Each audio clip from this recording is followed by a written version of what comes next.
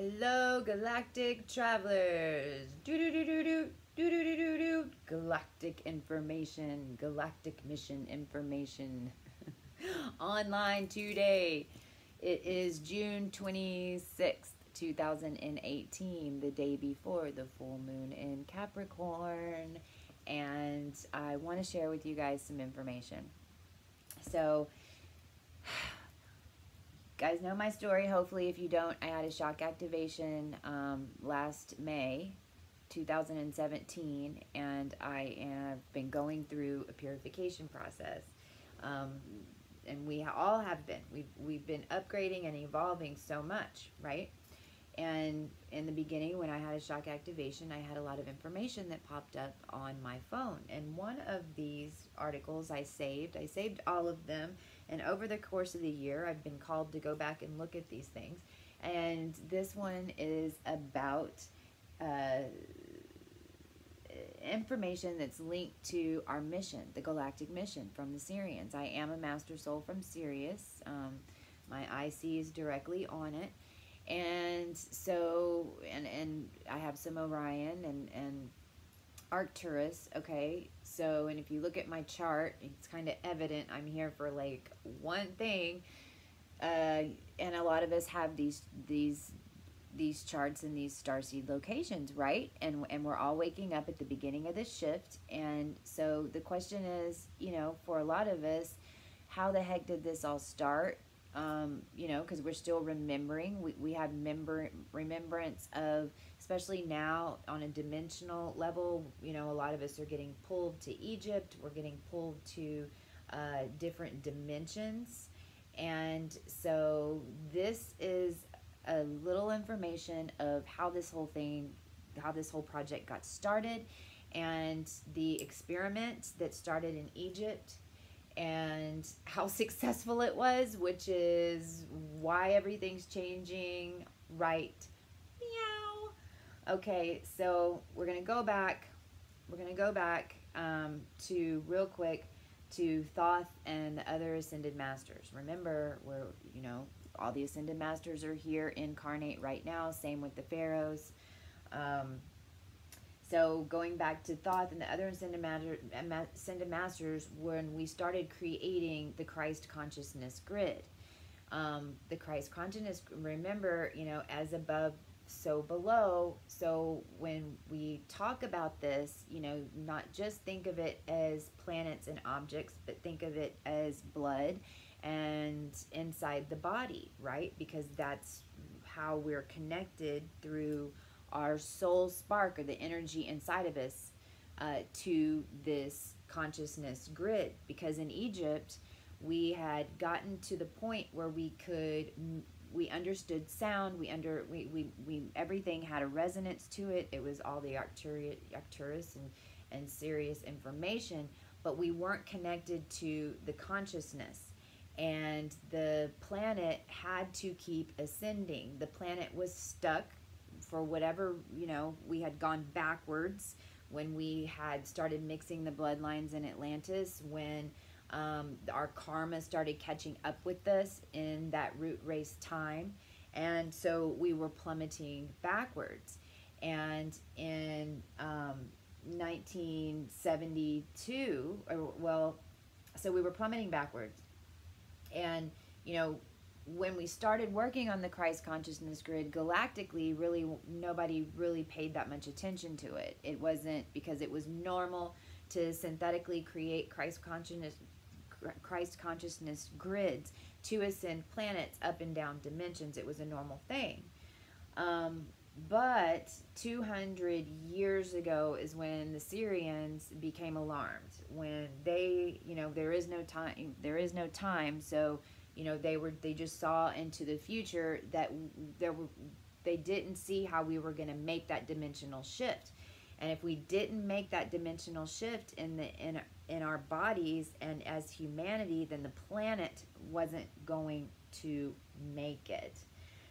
So they started working, trying to figure out how to raise the level of awareness, and eventually they found some help in another galaxy So this is when the Syrians, you know, not only had the tools and the software to be able to have walk-in souls come in order to really basically, through incarnating our spiritual beings, the energy in our bodies, the Syrians had the technology to help us reincarnate our stronger souls into a denser vessel. And then through incarnation cycles, what we were doing was evolving the planet and seeding the earth, okay? And especially in this lifetime, for those of us who are watching this right now, and, you know, for the next couple of years, those of us who are on the ascension path right now. So if they didn't do anything, then we weren't going to make it. Now, if we would have been conscious, then it would have just been an amazing shift, right? It would have been a big trip. But because we weren't conscious, then we would have blown up. So they created a living vehicle that was 50 miles long. It was seamless. It had carbon and silicone life merged into one. So carbon and silicon life, what is that? That's what we've been talking about with the bloodlines, right? The silicon, the energy, the plasma, and then the matter, okay? The whole thing was a self-aware living unit. That's us. That's our soul. It had a transparent area on one end and was manned by 300 to 350 men and women of the Syrian race from the third planet. They wore white uniforms with gold emblems, dedicating as much time to this project as necessary. They had 8 little flying saucer-type vehicles or ships that were to be unmanned. These were approximately 12 to 20 feet in length. The Syrians assembled this all together, worked out all possibilities, then set it aside and waited. Okay?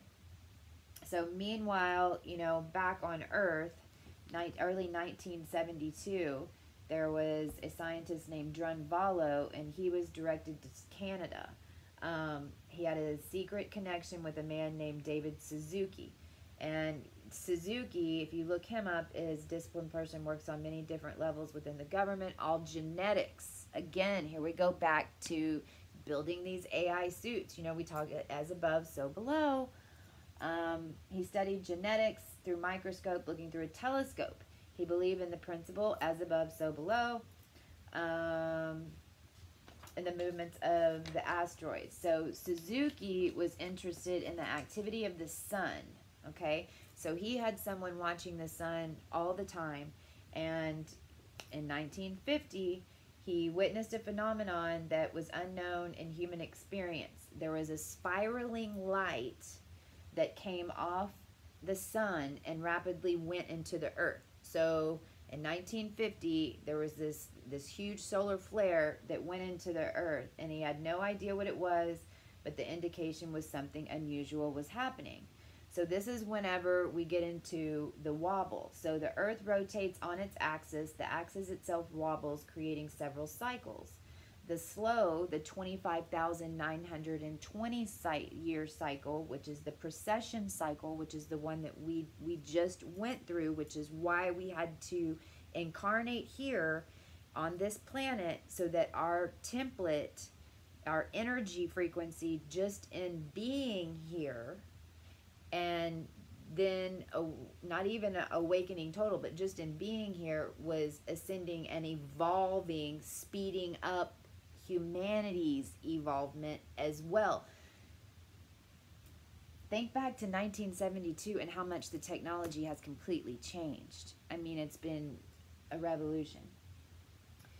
And another is this is the inclination itself oscillating back and forth, which takes about 46,000 years. There are also other motions, only particular takes 14 years, okay? So the furthest point of this cycle was in 1950. And when the spiral went past the Earth, the area subtended by the wobble began to widen, and then the equivalent of a top slowing down, okay?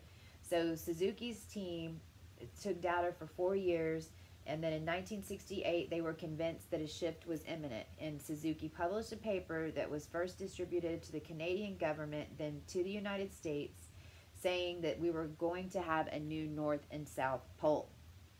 And that, like clockwork, every 3 years, these solar flares now were coming in, and they were intensifying each time.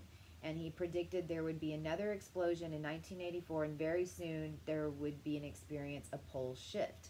Okay, now here's where it gets interesting.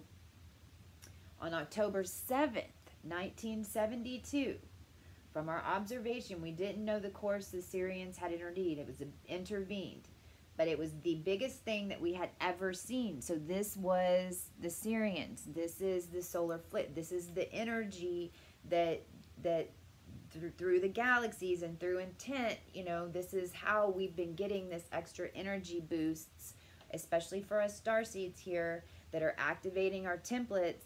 And now, since we've completely connected the OA and our plasma is connected and we're in the collective consciousness, which is what we started, that is the Christ consciousness grid. And it's actually been here since 1980, but we had to be conscious, okay, to connect to it. So it was the biggest thing that ever happened, okay, and this comes from Anthony R. Curtis in the Space Almanac. He called it the most intense solar storm ever recorded. According to Science News, the early days of August saw a severe disturbance on the sun that produced 4 major flares between August 2nd and August 7th. The ones recorded in early August were among the most major ever recorded. The August 7th flare ran the X-ray sensors off the scale. The solar wind, which has an average velocity of 500 kilometers per second or 1,000,000 miles per hour. So the Earth normally spins at 1,000,000 miles. The solar wind, sorry, not spins, but the solar wind was 1,000,000 miles per hour normally, okay?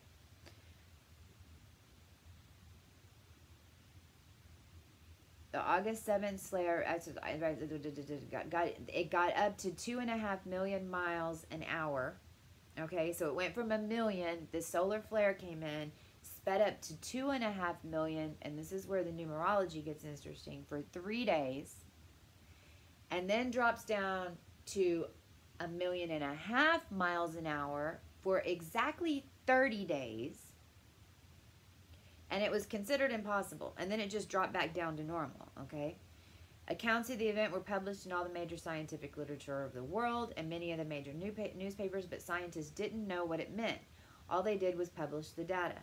And after 6 months, Suzuki called a worldwide scientific meeting to discuss the implications of the explosion. John Bali left him about 3 months before he doesn't know what happened at the gathering. What he does know in the previous meeting, that is, from August to November 1972, there was a great amount of information published and written about this. But after the meeting in June or July of 1973, there was a total worldwide blackout, just as if the great event had never happened. So I don't want to make this too long, this video, because this is important stuff. So I want to now just talk about, you know, this solar flare. We'll talk about the races that came in, and then we'll stop.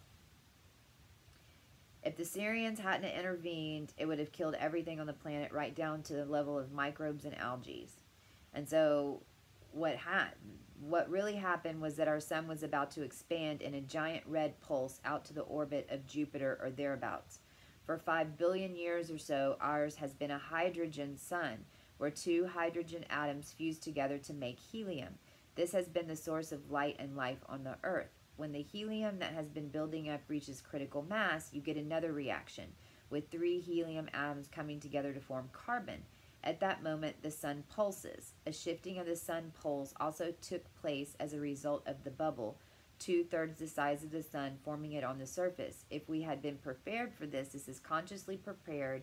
If we were on the Christ consciousness level or higher, we would have just tuned into it and would have been a beautiful trip. But since we had fallen so far in awareness from the events in Atlantis 16,000 years ago, we certainly were not prepared. So these shifts were happening without us. We needed a rescue team to come wake us up. The Syrians not only had the hardware, this is what we just talked about, they had, you know, the galactic ambassadors to intervene. There was a galactic council. The only many meetings, the only reason we were able to intercede was because it would have been total devastation. Nothing would have lived. If there would have been the possibility of one person or human surviving or anything on the planet, then we would have not been given permission to even come and ascend into this lower density as starseeds to help ascend the planet at this time. After receiving permission, the Syrians immediately went to work and within 30 days had everything in place. After 440, okay, they launched the large cigar-shaped object just outside the membrane of consciousness of the Earth, the membrane, the plasma membrane, at 440,000 miles out, and they placed an overtone higher so it was invisible to us. They placed the 8 flying saucer-type ships on the apexes of the 8 tetrahedron points. That is the 8 points of the star tetrahedron around the Earth. There is a star tetrahedron inscribed around the Earth. This is also a much bigger one, around 10,000 miles above the surface. The points are the chakra system of the planet. Again, as above, so below. So everything outside of us, we also is connected to the planet. And again, there were a set of one-dimensional overtones higher than the Earth. From the cigar-shaped ship, they shot a laser beam of light, the likes of which we do not have. The beam was about 8 inches in diameter, made up of little segments of different colored digital light moving, of course, at the speed of light. This light was coming from one dimensional world into another. And recently, over this past week, all this soul searching I've done, I've mentioned that when I first got activated, I was kind of whacked. You know, all these memories were coming back, and I was having this ancient knowing that I needed to plant the earth, plant a new Gaia, and I did. And my soul guided me to go out in the new moon at a certain time when the moon was strongest, before I even knew what moons were, and do like a ceremony. And I went back and listened. I didn't even know that I had taped it, and just found out that I did, and listened to it. And one of the things that I was channeling was rays of black and white. I only want color within my sight. Rays of black and white. I only want color within my sight. So I find that interesting, because it just links back to what we just said. The beam entered into the North Pole and hit the little flying saucer type ship that was a tetrahedron point. From there, the immense amount of information was translated into 3 primary rays of red, blue, and green. They were beamed into the next 3 ships. The ships repeated this and sent the other to the next 3 until they ended up at the South Pole. There, they were translated back into the information and shot into the center of the Earth. From the center of the Earth, by refraction, the information came out in little tiny beams of light by the billions all over the whole planet. As these beams came out, they connected to every human animal on the planet. So yeah, this is where it gets interesting. You know, what this is saying is, remember, the Syrians had to protect us from the wall of flame. You know, we were in a space still. We weren't conscious. They were trying to protect the planet. They were trying to protect us. So not only did they have to protect us, they had to do it in such a way that didn't know we were being protected. Our knowing would have completely changed the human equation. They also had to speed up our evolution so that we could make it where we could handle being inside the sun. They set a holographic field around the Earth. Then they set up a holographic field around each person and animal. Then they began to program events into these fields. In the first few months, they didn't change anything. They just got control. And then they programmed our sky into a hologram and kept everything going as though nothing unusual were happening. then they began to program events into our lives so that we would evolve as rapidly as possible. At the same time, they were protecting us from the wall of flame.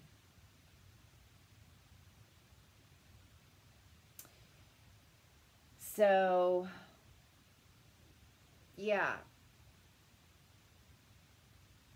This is where, at this point, we have the 100, and, you know, it goes into how we did this on the grid. But it goes into the 400 at the same time.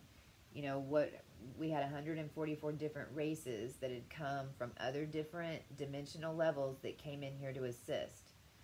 So we started our souls, our star beingness, our galactic star seeds, the seeding of the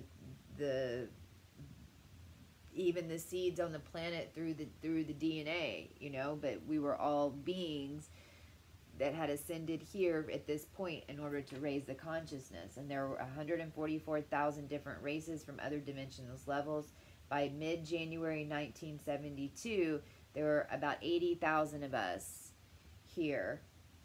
And they had a very intense discussion amongst themselves, and then 70,000 of the 144,000 took off. They said, there's no way this is going to work, and we don't have enough time. We can't ascend, you know, our energy isn't going to ascend the planet. So they, of course, because it's galactic, have this free will, no, trying not to interfere with any other different races, and so they took off. And the Pleiadians, the Aldebarans, the Arcturians, and all led by the Syrians, decided to stay and help. And so